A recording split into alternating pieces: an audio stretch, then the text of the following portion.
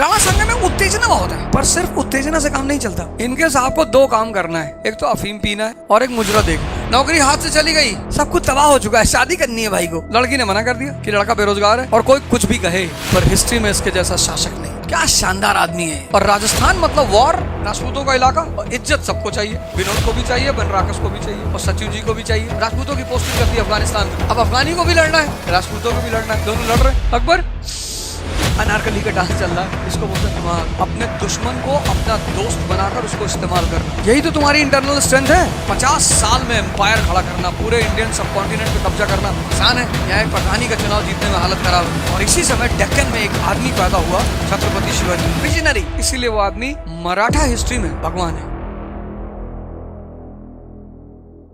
राणा संघ में उत्तेजना बहुत है, मार डालेंगे, फाड़ डालेंगे, पर सिर्फ उत्तेजना से काम नहीं चलता। बाबर के पास ऑड बहुत ज्यादा है, पर वो आदमी बहुत बैलेंस है, शांत। और पानीपत का पहला युद्ध हुआ और जीत गया वो, इररिस्पेक्टिव ऑफ ऑल ऑड्स। और यहीं से शुरू हुई मुगल डायनेस्टी। बाबर, यहीं से मुगल डायनेस्टी की शुरुआत हुई।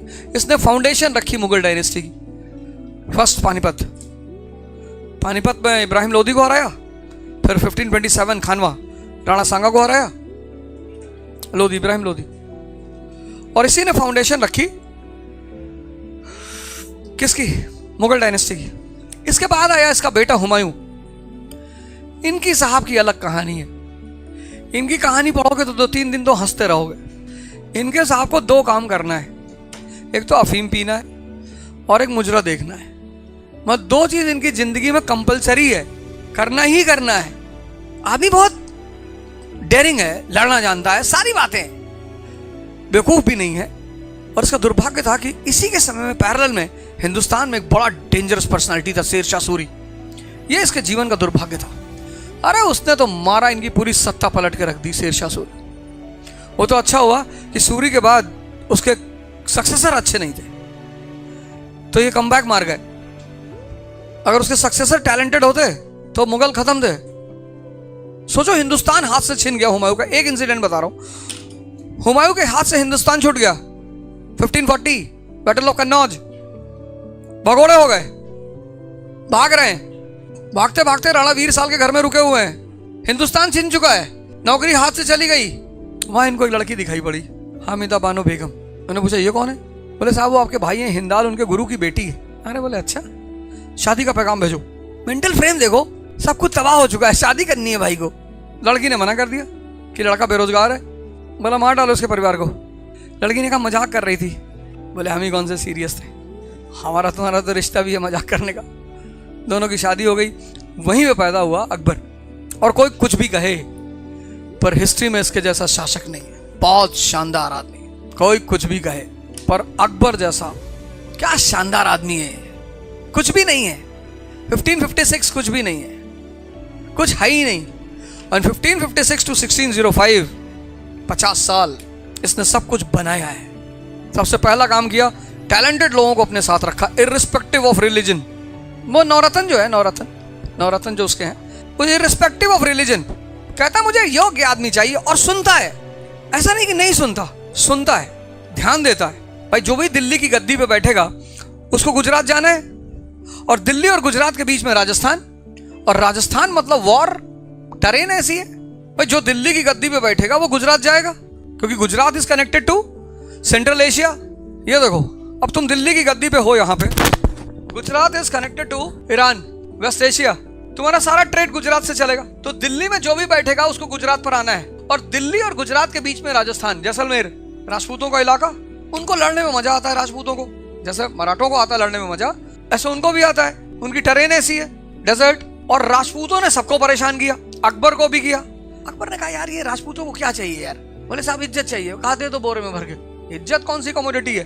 कुछ चीजें जिसको देने में पैसा ही नहीं लगता, उसमें से एक चीज इज्जत है। और इज्जत सबको चाहिए, विनोद को भी चाहिए, बनराकस को भी चाहिए, और सचिव जी को भी चाहिए। विनोद को कुछ ज्यादा ही चाहिए कि साला बड़ा आदमी बनता है, कभी चाय पानी हम लोगों से नहीं पूछता है। कैसे बड़े आदमी, विधायक के घर जाके विनोद को विनोद सेंसिटिव आदमी है। पूरा पंचायत सीजन 4 उसी के नाम पे है। अरे बोला, दे दो राजपूतों को इज्जत। और क्या चाहिए? बोले, साहब इनको लड़ना है। अरे बोले, तो बड़ी अच्छी बात, राजपूतों की पोस्टिंग कर दी अफगानिस्तान में। अब अफगानी को भी लड़ना है, राजपूतों को भी लड़ना है, दोनों लड़ रहे हैं। अकबर अनारकली का डांस चल रहा है, इसको बोलते हैं दिमाग। अपने दुश्मन को अपना दोस्त बनाकर उसको इस्तेमाल करना, अपने दुश्मन को अपना दोस्त बनाकर उसका इस्तेमाल करना अपने इंटरेस्ट के लिए, इससे बड़ा भी कोई दिमाग हो सकता है? औरंगजेब अपने दोस्त को अपना दुश्मन बनाकर अपनी तबाही करवाना।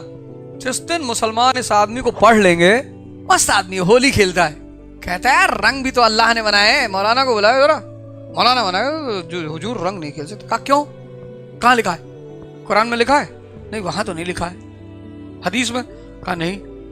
शरिया में? हाँ। तब कैसे कह रहे हो नहीं खेलना चाहिए? नहीं सरकार वो रंग अल्लाह ने बनाए। जी बनाए तो हैं। जब कहीं लिखा ही नहीं है और उसी ने बनाए हैं तो हल्का सा रंग लग भी गया तो क्या दिक्कत है? और इतना बढ़िया है। अब तो बहुत सारे हिंदू भी नहीं खेलते रंग। वो वाला होली का त्योहार गोबर का त्योहार नहीं है। गोबर मार रहे हो, बुरा ना मानो होली, हम तो मानेंगे बुरा। होली सिर्फ गुलाल से खेली जाती है बस, और फूलों से, पेंट से नहीं खेली जाती। किसी कपड़ा फाड़ के उसको नंगे सड़क पे नहीं घुमाया जाता है। ये सब होली नहीं है। फिर उसको समझ में आया कि भारत तो यार यूनिटी इन डाइवर्सिटी का देश है, तो इसने एक नया काम किया, दीन इलाही, सूफिज्म को प्रमोट किया इसने। बोले साहब हिंदू दुर्गा जी की मूर्ति निकालते? बोला हाँ निकालने दो, और निकालो भाई, हमारा ईमान मजबूत है, कोई कुछ भी निकाले, हमें क्या लेना देना। जिसको शराब नहीं पीनी है उस शराब की फैक्ट्री में मैनेजर भी तो हो सकता है। ऐसा थोड़ी कि शराब नहीं पीनी तो शराब का दुकान नहीं चाहिए। बहुत लोग सिगरेट की फैक्ट्री में काम करते हैं, नहीं पीते। बहुत लोग आर्मी में हैं, नॉनवेज नहीं खाते। यही तो तुम्हारी इंटरनल स्ट्रेंथ है। और फिर इसकी पॉलिसीज 4 तो लिख ही लो, 4। Rajput policy, religious policy, land revenue policy, mansabdari system. ये जो तुम आज आईएएस देखते हो ना, ये मनसबदारी का आउटकम है, मनसबदारी सिस्टम एटसेट्रा। इसको तो पढ़ना चाहिए हमेशा। वो गवर्नमेंट ऑफ इंडिया ने एजुकेशन पैटर्न से मुगलों को निकाल दिया है, और कर ही क्या सकते हैं। अकबर को पढ़ना चाहिए सबको, काबिल आदमी, बहुत काबिल आदमी। मतलब औरंगजेब की तो एज अ रूलर तारीफ नहीं की जा सकती, बेईमानी हो जाएगी फिर वो। लेकिन इस आदमी की तो तारीफ, 50 साल में एम्पायर खड़ा करना, पूरे इंडियन सब कॉन्टिनेंट पे कब्जा करना आसान है। यहाँ एक प्रधानी का चुनाव जीतने में हालत खराब है, योग्यता है इसके अंदर, उसमें कोई दो राय नहीं है। इसके बाद गद्दी पे बैठा जहांगीर, वो तो बेचारा सिर्फ बैठा ही रहा, बस बैठ गया, गाड़ी चलती रही, उसने कोई डिस्टर्बेंस नहीं पैदा किया। शराब पीने का शौकीन था, सुबह 5 बजे शुरू हो जाता था, सोडा वोडा बोतल वोतल लेके बैठे हैं सब। इसकी वाइफ बड़ी काबिल थी, नूरजहां। हिस्ट्री में उसका बड़ा हाथ है, मतलब हिस्ट्री में उसका बड़ी चर्चा है नूरजहां की। कहता भी यही है कि मैंने हिंदुस्तान का ताज, एक टुकड़ा गोश्त और एक प्याली शराब की बदले नूरजहां को दे दिया है। फिर आया शाहजहां। इनको भाई साहब को शौक था रियल एस्टेट का, ये रियल एस्टेट का आदमी है। जमीन खरीदो, मकान बनवाओ। इतना मकान बनवा डाला कि फाइनेंशियल क्राइसिस हो गई, उसी में अकाल पड़ गया, पैसा कम हो गया। पैसा कम हो गया तो भाई पैसा कम पड़ेगा तो किसी से तो मांगोगे, वो वहीं रिवोल्ट शुरू हो गया। यही वो आदमी है जहां से मुगल एम्पायर में दिक्कत पैदा हुई, फाइनेंशियल क्राइसिस। इसी आदमी ने फाइनेंशियल क्राइसिस क्रिएट की। जाटों से पैसा मांग लिया, मराठों से मांग लिया। ये सब किसी को पैसा देते हैं? ये सब लेने वाली कौम है, ये पैसा देती होती नहीं किसी को। तो जब जबरदस्ती मांग लिया तो झगड़ा शुरू हो गया। और इसी समय डेक्कन में एक आदमी पैदा हुआ, छत्रपति शिवाजी, विजनरी। मराठे मुगलों की आर्मी में भी थे, मराठे बीजापुर और गोलकुंडा की आर्मी में भी थे। दोनों लड़ते थे, मरते थे मराठा। फायदा या तो मुगलों का होता था या बीजापुर गोलकुंडा को होता था। शिवाजी ने कहा जब हमें ही मरना है तो हम अपना स्टेट बनाएंगे, मराठा स्वराज।